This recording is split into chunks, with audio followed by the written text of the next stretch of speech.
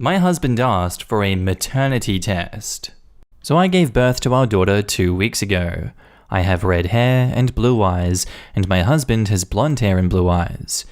Our daughter has greyish brown eyes and a tuft of dark brown hair, and is a bit darker than my husband or I. Both of my parents have very dark brown hair and brown eyes, as does the rest of my family. My mum's parents are from Sicily, and my dad immigrated from Greece, so we're on the darker side of white people. But I got the genetic mutation of red hair. This is only relevant because my husband apparently does not understand genetics. Now, to make this perfectly clear, I did not cheat on my husband. He is convinced that it is not his baby because of how much darker her complexion is. To ease his mind, I said I wouldn't be offended if he wanted a paternity test, as I've got nothing to hide. But then he started insisting that I should have to get a maternity test as well. Yeah. In his words, he doesn't even trust me enough to trust that I'm the mother. I'm very confused. I tried to explain to him several times that he was there throughout all 38 weeks of pregnancy. He watched me go from no bump to being very obviously pregnant. I asked him if he thought that I had gotten someone else's eggs put into me, and he just shrugged. I'm at a loss. I've been trying to explain genetics and why I don't need a maternity test to prove that it's my child for 2 weeks now. I just legitimately do not know how to get through to him. Even his mum tried to explain it. He is usually very smart. He's a software engineer. He has a master's degree and is planning on going back to school for his PhD. I swear that he isn't usually this dumb. I just do not know what to do. Please help me. I'm at a loss. I seriously don't know what to do. Can I even get a maternity test done? Do they do those? And now in the comments, I mean, if the paternity test comes back not his, then go ahead and get the maternity test. But otherwise, if the paternity test says it's his kid, ask him who else is he sleeping with that could be the mum. That ought to shut him up quickly. And OP replies, savage. Works for me. How can you look at him with a straight face again? Seriously. It's bad for your infant to be around such ignorance. Could he have someone even dumber advising him, like his mother or sister? This is emotional abuse, and completely ridiculous. You can get a DNA test, and they tell you for certain if your child was switched at birth. It is a thing. OP says, I might just get it done at this point. At 2 weeks, your baby's eyes and hair aren't even their permanent color. And OP says, I tried telling him that. Stop trying to reason with him. He doesn't want to be reasoned with. He is looking for something, anything to confirm his fear and suspicion, and will take any discussion as you trying to convince him he is wrong. In the US, you can buy a DNA test at any pharmacy now. I'd just do it, then whack him over the head with the results, lol. I know how you feel though. I got a DNA test done on my middle son because my ex swore that he couldn't be his because he didn't look like either of us. My son is just a throwback. He looks just like my great-grandfather. Exactly. Sometimes that happens. Could he be having some sort of mental health crisis due to the stress of becoming a parent? This is really concerning. And OP says, I didn't even think of that. I'll ask his mum to talk to him and see if he's struggling. He's being a little weird with me right now. Men can suffer from PPD as well, and sleep deprivation is a doozy. Can you guys get some help for a few days? Infants' eyes are usually blue and grey to begin and change over time. My baby was born with brown hair and blue eyes, and now she has blonde hair and green eyes. Newborns change so much in the first few months. And now onto the update. Long story short, my husband isn't stupid, he was just having a mental breakdown. I guess the stress of being a new father just kind of got to him. He didn't think or want to acknowledge that the baby was ours. He had his first therapy session for this yesterday, and hopefully that will help. Having a baby is obviously a really big change. Our sleep schedules are both messed up. Postpartum depression in men is a bigger issue than many people realize. I'm doing my best to provide him with a good support system while taking care of a newborn. I think he'll be okay in due time. But for everyone wondering, to sum it up, he is not dumb and he is not cheating on me, he is just going through a hard time right now. And now in the comments, in all the years watching Maury Povich, I've never heard of a maternity test. Does he think your baby was switched at birth? That you lost a baby and stole one from someone? Got someone else's eggs put inside of you? And OP replies, yeah, it was definitely a strange request. He was there when the baby came out. I just hope you have a good support system. Looking after a newborn is hard enough without having to look after a grown man in the process. Seriously, huge props to you and your doctors for validating your husband's PPD. Its existence is almost completely ignored in any new parent that isn't a birth-giving biological mother. Good luck with the new kiddo. Wow, so he wasn't an idiot. He was just mentally screwed up for a bit. Huh. I've been humiliatingly irrational in my past before too. I wasn't expecting to feel for the guy after reading this update. Anyway, I hope everything is going alright, and also, congrats on the baby. I worked with a woman who was given the wrong baby back in the 80s. She was adamant that the baby wasn't hers, and the nurses just kept telling her that she was tired and needed to sleep, and she was yelling back, "This is not my baby! Mine was uglier and had a weird head. Where is my baby?" They left to go get her meds to calm her down, and next thing, a doctor and 2 nurses came into the room holding a baby, and they asked, "How is the baby's head weird?" She told them, and they handed her the baby. She didn't know how many babies got swapped in that kerfuffle, but she knows she got hers back. He needed a helmet to straighten his head out in the end too. This is why they tag the baby and the mother before they leave the delivery room now. Mum has a wristband that matches the ankle band on the baby. I actually joked about needing a maternity test as, when mine came out, she was literally the spitting image of her father with no resemblance of me at all. A decade on, she has my coloring, but still 100% her father's features. Fortunately, in a more feminine version. Glad to read this guy got help, because to be serious about this is a whole other issue. I, 17 male, cannot get my parents, 45 male, 44 female, to listen to me regarding my sister's, 6 females, educational needs. Okay, so I'm currently in my 2nd year of college. Child genius, got fast-tracked through grades, and I have 2 younger sisters, Jess and Anna. Anna was born fully deaf and is starting elementary school this year. I'm not trying to throw my parents into a negative light. They do love us. They've provided us with every opportunity possible, and we have wanted for nothing growing up. Even though my parents were thrown when they found out Anna was deaf, they are musicians by trade, and both me and Jess have been involved with music from a young age. They learned ASL along with me and my sister, and tried their hardest to adapt. That said, I've always been closest with Anna as she's grown up, and she's like my best friend.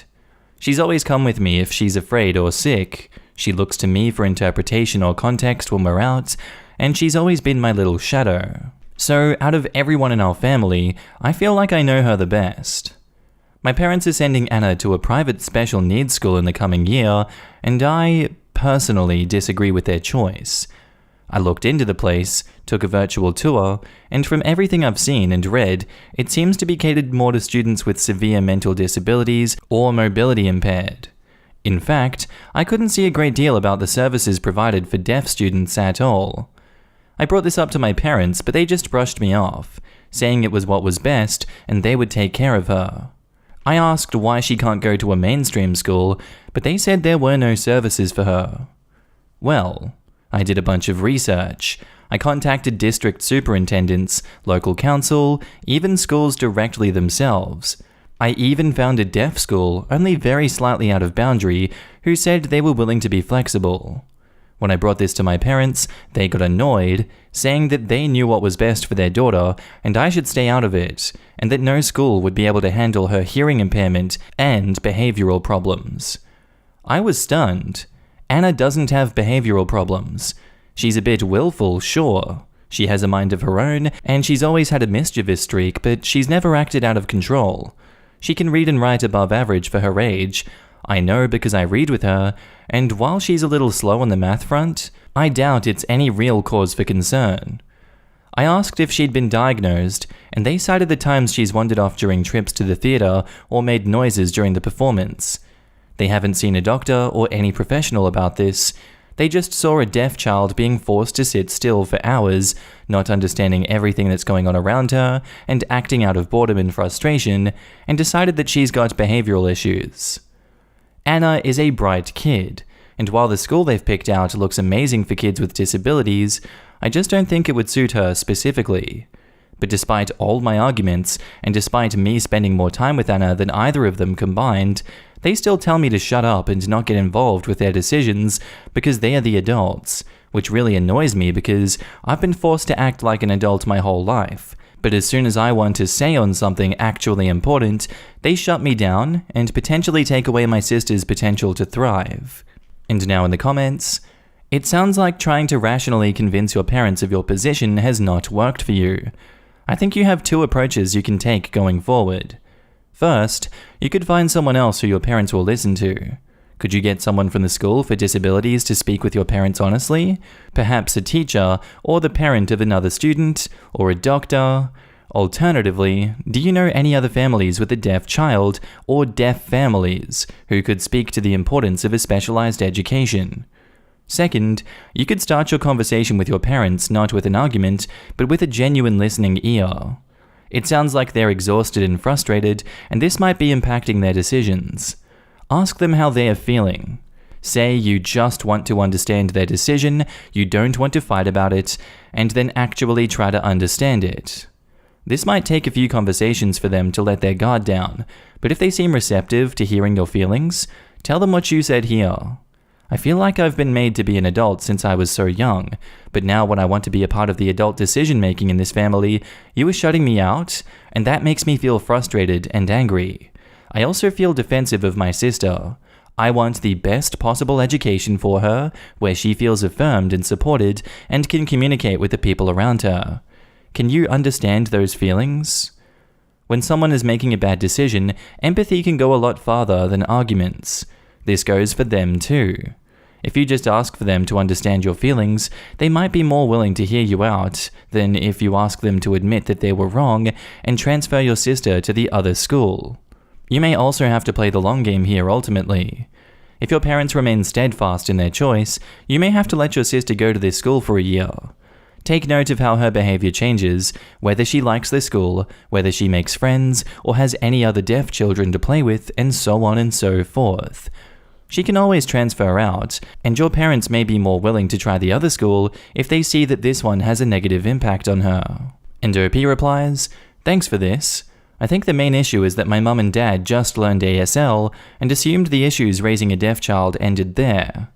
Anna has actually never met another deaf person before, let alone another family, and we don't have any hearing impaired relatives. They have a very heavy focus on raising her normally and see any challenges as defects in her rather than her own limitations. I might try and reach out to local groups in my area for advice on this, but due to COVID and resistance from my parents, this might be difficult. I think another issue in discussing this stems from the fact that their parenting has always been very hands-off, emotionally speaking, so if and when Anna gets into trouble, they don't really take the time to understand why she's doing what she's doing. They don't know a great deal about deaf culture or how deaf people might see or interact with the world. I'm aware that I might seem like a know-it-all or a brat, and I really don't mean to be critical of my parents. I just wish they'd be a bit more flexible in their thinking, especially when it comes to Anna. They don't like to admit they don't know everything, and I often worry this is going to affect her more harshly as she grows up. Maybe bring up the possibility of an evaluation by a pediatric occupational therapist. They are trained professionals to evaluate a child's occupational profile and whether she's ready for school and which type of school would be the best for her, taking her resources and barriers into consideration.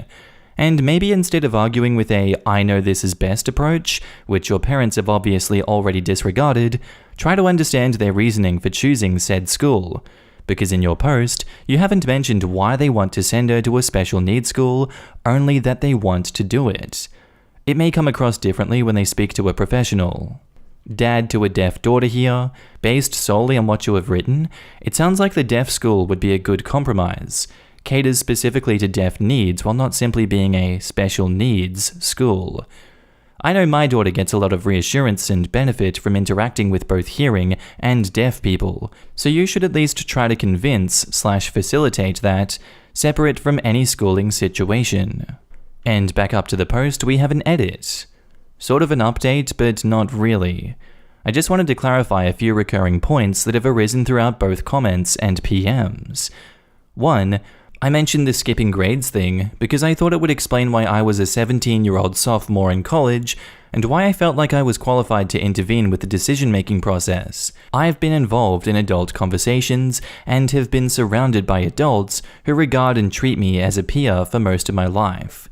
I apologize if I was unclear. 2. Someone mentioned that my parents would recognize behavioral issues in Anna because they have raised 2 children before her. I would disagree with this as 1, every child is different. Jess and I have very different temperaments and personalities, same as Anna. And 2, my parents have raised 2 hearing children who are regarded as intelligent and mature for their age. Seeing a deaf 6-year-old acting like a 6-year-old, I would argue, is relatively new to them. 3, I have actually gotten involved with a local deaf advocacy group for deaf and hard of hearing adults and their friends and families. We are having a meeting via Zoom on Monday night, and I'm looking forward to getting their insight. 4. On a slightly more serious note, some of you have expressed concern about my mum and dad's parenting and that I'm being parentified, that they are ableist, that I'm too young to have these concerns regardless of my intelligence or maturity. I have thought on this a lot, and on some level, I think you might be right. My parents don't like to be told that they are wrong or made to feel like they don't know something, and I don't believe they have adapted to Anna's hearing impairments as well as they believe, and on some level, think it reflects badly on them. Admittedly, I can see some of their flaws reflected in me, and I'm trying to work on that. I do wonder if one of the reasons Anna is so attached to me is because I do give her affection and attention where our parents aren't as forthcoming. Regardless of whether I'm too young, there is a little girl that needs someone to rely on, and if that's me, then I'll take up that mantle. I love my sister, and I want to strive to make the world better for her. And 5, I'm going to try a more subtle approach to this, rather than treating it like a debate with my parents. Still working on those flaws. If anything comes of it, I'll be sure to update you. Thank you for all your comments and advice. It's been great to hear from so many people. And now, on to the update. Hi everyone. About 98% of you were super wonderful on my last post and seemed genuinely invested, so I thought I'd give you all an update.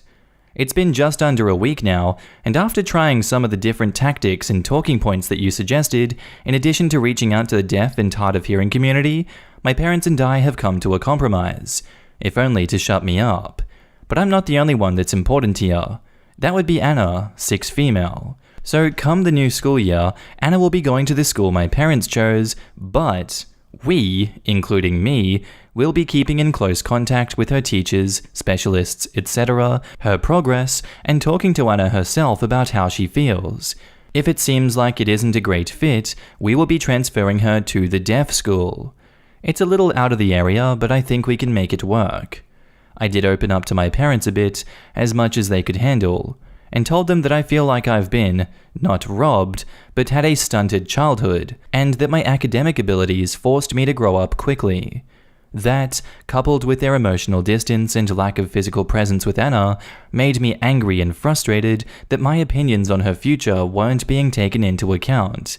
I wish I could say that was what did it, but honestly, my points about the school not teaching Anna independence and other arguments brought up on the original post probably eased them over to my side a bit.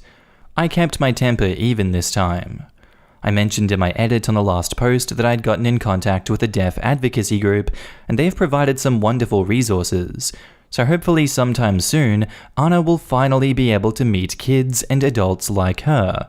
She is super excited by this. She is the least reserved and most outgoing sibling out of us 3, so I have no doubt she'll make friends quickly. I've also made the decision to start seeing a therapist to maybe work on some of the issues that I've been reflecting on and to get some emotional support when my mum and dad drop the ball. I don't see them changing or even admitting they need to change anytime soon, but that doesn't mean I have to stay complacent. That's more or less the main chunk of what I wanted to say. I noticed the rules say that we aren't allowed to upload images, so I'll just describe the drawing Anna gave me to pin up on my office wall. She's a brilliant little artist. I'm not even biased. An ocean surface. A large boat approaches from the left-hand side, full of garbage.